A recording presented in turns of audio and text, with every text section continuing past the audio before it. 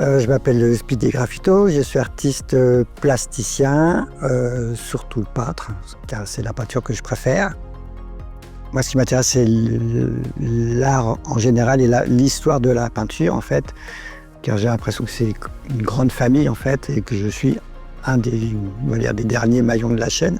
Il y en aura d'autres après moi, bien sûr. Et donc, je suis dans une continuité de l'histoire, donc je me situe forcément par rapport à mes aînés.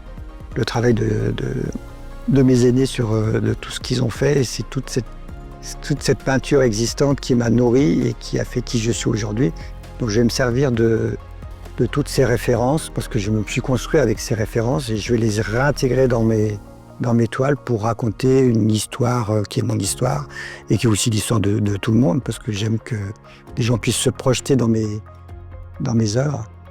Et voilà, donc j'essaye de continuer l'histoire de l'art en me disant comment je peux trouver des champs nouveaux à explorer et à définir. Et donc je suis en recherche permanente de création pour essayer de trouver une continuité à toute cette histoire. Au début, j'ai été contacté donc par BRE, par Séverine, qui m'a parlé de ce projet. Donc l'idée, c'était de faire une fresque représentant un petit peu les valeurs de la société, qui sont nature, architecture. Ce qui me plaisait dans ce projet, c'était qu'on était aussi dans une sorte de continuité de l'histoire. Ça va faire 100 ans qu'il y a eu l'art déco. Quelle est l'influence de l'art déco sur le monde d'aujourd'hui? Comment l'art déco a modifié notre monde et la perception aujourd'hui de ce qu'est le monde. Donc il y a le côté présence de la nature décidée, où aujourd'hui on est quand même très très sensible au fait qu'il y ait de la nature un petit peu partout. On a envie de revenir à quelque chose de plus naturel, en tout cas plus proche de ce que je pourrais appeler l'essentiel. De temps en temps, j'aime bien faire des projets qui changent. Je suis plutôt sur des murs extérieurs, des très très grands murs. Et le fait d'être dans une sorte d'intimité, parce que là on est entre le mur et le tableau, parce qu'on est quand même dans une précision du détail beaucoup plus fin que sur un mur de 2000 mètres carrés qui va être fait à la bombe. Là on est à la peinture dans quelque chose de plus proche, parce qu'on va pouvoir avoir un rapport très proche avec l'œuvre.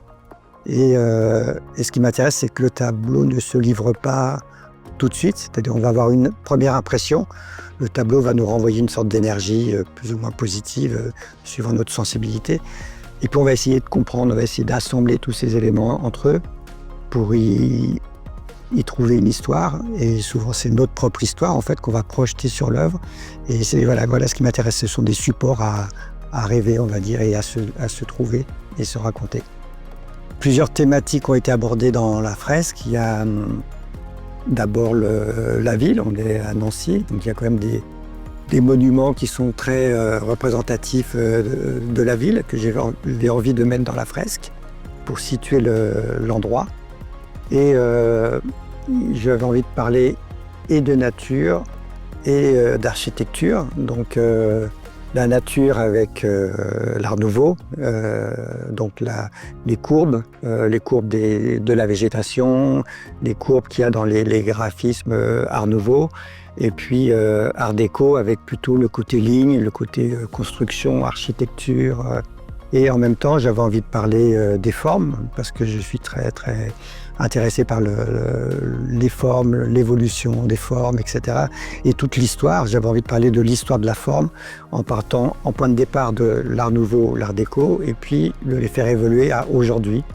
Donc pour ça, je suis parti de formes, on va dire, historiques des mouvements, la forme des fleurs avec les feuilles, etc., qui, pour moi, va évoluer vers un motif floral, avec un enchevêtrement de feuilles et de fleurs, qui vont encore évoluer vers la courbe, vers l'onde, donc quelque chose de quasiment géométrique, représentant des ondes qui représentent plus une sorte de modernité, parce qu'on va vers toujours une simplicité de la forme et de l'expression.